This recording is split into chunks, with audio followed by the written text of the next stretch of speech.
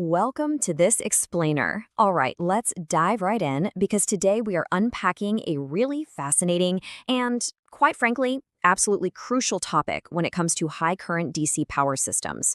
We're talking about the invisible threat of loose battery terminal heating.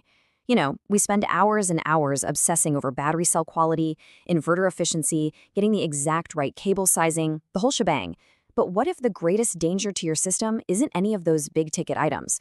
What if the real danger is literally microscopic? Today, we're going to break down the physics of thermal resistance and uncover why these power systems actually fail. So, here's the golden question for you. What if your battery system is failing because of a single loose connection? It's crazy to think about, but it's a completely hidden danger. We're not talking about a noisy inverter or a battery cell that just completely refuses to hold a charge. We are talking about a single point, quietly turning your electricity into heat.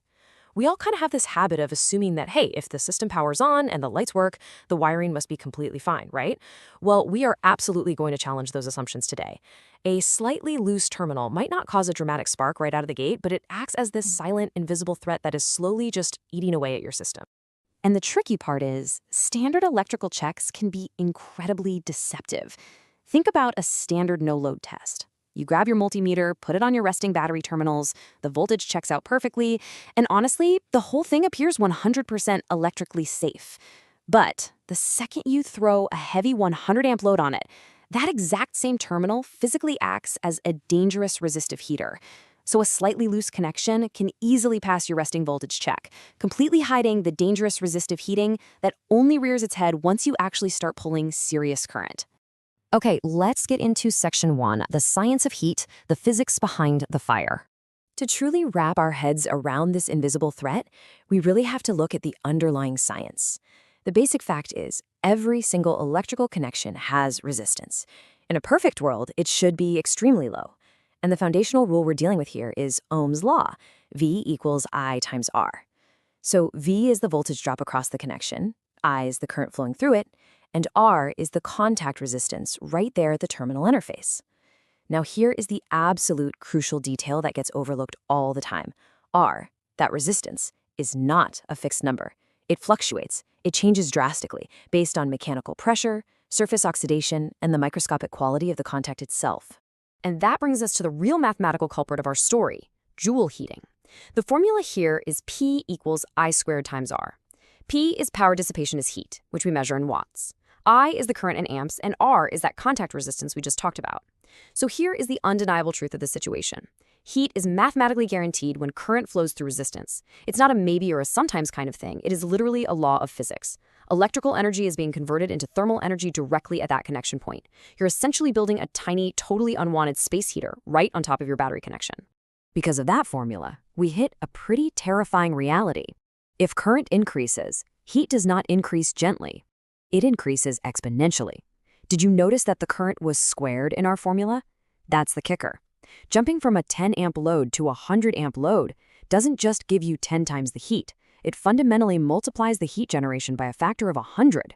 This exponential rise is exactly why systems that seem to run perfectly fine when you're just powering a few LED lights will suddenly start melting down the second you turn on a heavy appliance like a microwave or an air conditioner. Now, you might be sitting there thinking, okay, but my connections are super tight, the resistance has to be tiny. Well, here is the catch. Even incredibly small resistance, and I'm talking down to the micro-ohm or low milliohm range, becomes severely dangerous at those high currents. This micro-resistance buildup is usually caused by under-torqued lugs or maybe slightly oxidized terminal surfaces or even just a subpar crimp job on your cables. Because that current is squaring. Even a microscopic, practically invisible increase in resistance creates a highly localized, intense hotspot. Moving right along to section 2, testing under high load, visualizing the invisible. Let's break down what is actually happening at a microscopic level. Imagine a properly tightened terminal first. In this scenario, the current flows evenly across the entire contact surface. The resistance is incredibly low, and any minor heat that does pop up simply dissipates safely into the heavy battery cable and the terminal body. No big deal. But what happens with a slightly loose terminal?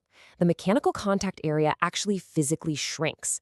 The electrical current is suddenly forced to bottleneck through far fewer microscopic points of contact. It's kind of like trying to force a raging river through a tiny garden hose. This restricted pathway creates a massive, massive localized spike in resistance. And under a heavy 100-amp load, that tiny resistance bottleneck turns into a glaring, visible thermal hotspot. Literally, if you were to point a thermal imaging camera at this loose connection, it would glow bright white on the screen. And remember what we said earlier? Standard voltage measurements just won't catch this. The system appears perfectly normal to your trusty multimeter, but the thermal camera reveals the terrifying truth.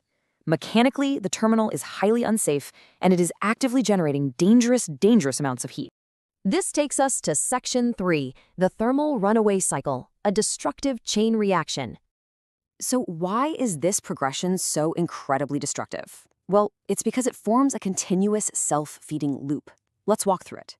Step 1. You have that initial increased resistance from a slightly loose lug. Step 2. That resistance generates heat under a load. Step 3. And this is wild. As the terminal heats up, the metal actually expands. Step 4.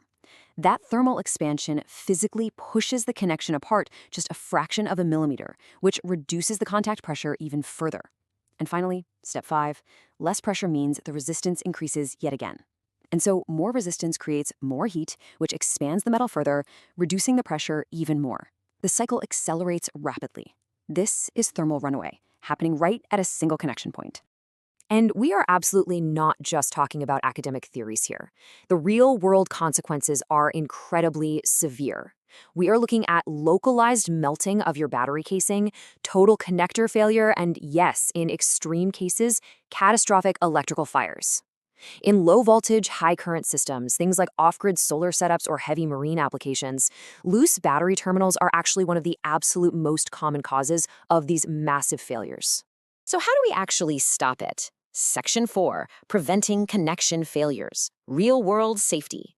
All right, here is your actionable safety checklist to stop this invisible resistance before it even starts. First step, ensure correct torque on all your terminals. Don't just guess by giving it a good tug with the wrench. Use a properly calibrated torque wrench to meet the manufacturer's exact specifications. Second, maintain clean, oxide-free contact surfaces.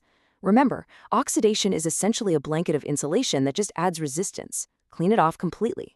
Third, use proper crimped lugs that are fully rated for the massive current you intend to pull. And finally, and this is key, conduct periodic inspections under heavy load conditions. A connection that looks absolutely fine at rest can become a highly dangerous heater the second your system is working its hardest. I want to leave you with this thought. Failure starts at a single point of resistance you cannot see, until you measure it with heat. Understanding this concept fundamentally changes how you should view system diagnostics. Now, please remember, electrical work is dangerous, and this explainer is strictly for educational purposes. Always consult a qualified professional when designing or maintaining your systems. But the next time you're inspecting your rig, I want you to ask yourself, are you just testing the voltage, or are you truly testing the connection? Think about it. Thanks so much for joining me on this explainer, and I will catch you on the next one.